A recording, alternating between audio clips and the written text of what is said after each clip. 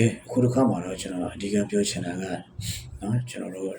တကဘာလုံးမှာရှိတဲ့ကျွန်တော်တို့ကေလူငယ်တွေပေါ့နော်ပြည်တွင်းမှာဆိုရင်တော့ရန်ကုန်တို့ရောင်ဒီတိုင်းတို့နော်သူတို့ပြည်ပြည်မှာဖက်မှာနေတဲ့ကေလူငယ်တွေနောက်ပြီးတော့ပြည်ပမှာရောက်နေတဲ့ကျွန်တော်တို့ကေလူငယ်တွေတော်တော်များများပါခုတော့မြင်နေရကြားနေရတာတော်တော်များများကနိုင်ငံရေးကိုစိတ်ဝင်စားဘူးနိုင်ငံရေးအကြောင်းမသိဘူးနော်တိုက်ပြည်ရေးလူမျိုးရေးကိုယ်သမိုင်းကိုလည်းကောင်းမသိကြဘူးနောက်ဖြစ်တယ်လို့နေကြတဲ့ခေလူငယ်တွေအင်မတာကိုများပါတယ်အဲ့တော့နော်အဲ့လိုလူမျိုးတွေအတွက်အခုနော်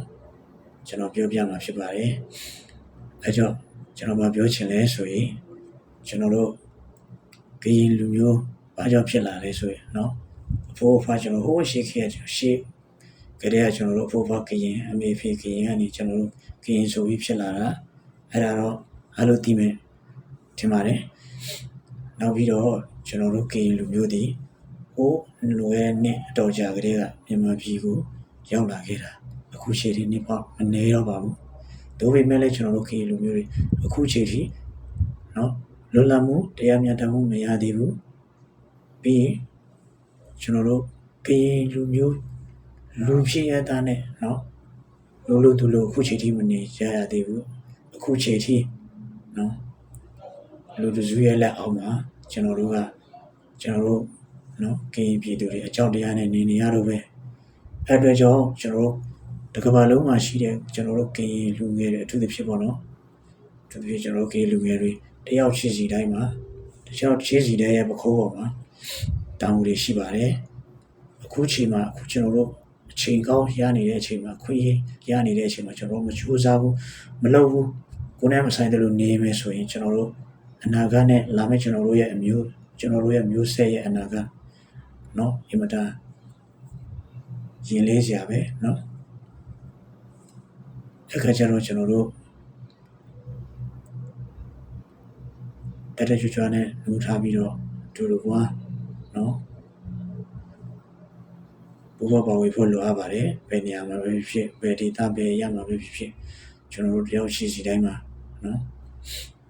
ကျွန်တော်တို့တက်ပြည်ရေးကျွန်တော်တို့လူမျိုးရေးကျွန်တော်တို့နိုင်ငံရေးကျွန်တော်တို့ရဲ့တမိုင်းအားလုံးဒီကျွန်တော်တို့ ਨੇ သက်ဆိုင်ပါကြောင်းလို့ကျွန်တော်တောင်းပြောကြလိုပါတယ်နောက်ပြီးတော့နော်တခါလေကြရင်ထားပြီးပြောချင်တာကတခါလေကြကျွန်တော်တို့မှာအမြင်မတူတာလေးတွေရှိကောင်းရှိလိမ့်မယ်နော်စိတ်ကတိကအောင်ဖြစ်တာတွေနော်အစင်မပြေမှုတွေရှိကောင်းရှိခဲ့လိမ့်မယ်တယောက်နဲ့တယောက်နော်ထိတွေ့ဆက်ဆံမှုအစင်မပြေတဲ့အခါရှိကောင်းရှိလိမ့်မယ်သို့တော့ကျွန်တော်တို့ရဲ့နှလုံးသားကျွန်တော်တို့ရဲ့နော်သွေးထဲမှာနော်ကျွန်တော်တို့ရဲ့သွေးသားထဲမှာ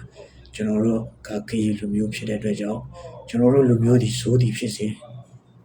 ကောင်းဒီဖြစ်စေကျွန်တော်တို့လူမျိုးကိုကျွန်တော်တို့ပို့ပြီးတော့ချစ်မြတ်လို့ဖို့ပို့ပြီးတော့တန်ဖိုးထားဖို့လိုအပ်ပါကြောင်းနော်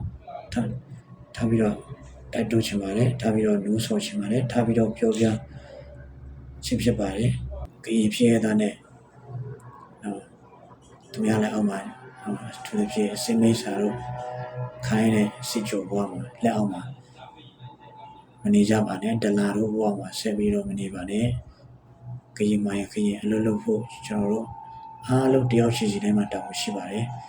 နေပေါ်တော့ချနေပြီတိတိကျကျလေးလေးနဲ့တွေးပြကြပါကျွန်တော်တို့ကရင်လူမျိုးတွေလူလိုသူလိုမနေရသေးဘူးနော်ကျွန်တော်ကရင်လူမျိုးတွေအကြောင်းတရားအောက်မှာနော်အနည်းခံပြီးတော့နော်အမောင်ထဲမှာနေရလို့ပဲအတွက်ကြောင့်ကျွန်တော်တို့အခြေချထားပြီးတော့နော်တိုင်တွန်းလို့ဆောင်ပါတယ်အားလုံးကိုကျေးဇူးတင်ပါတယ်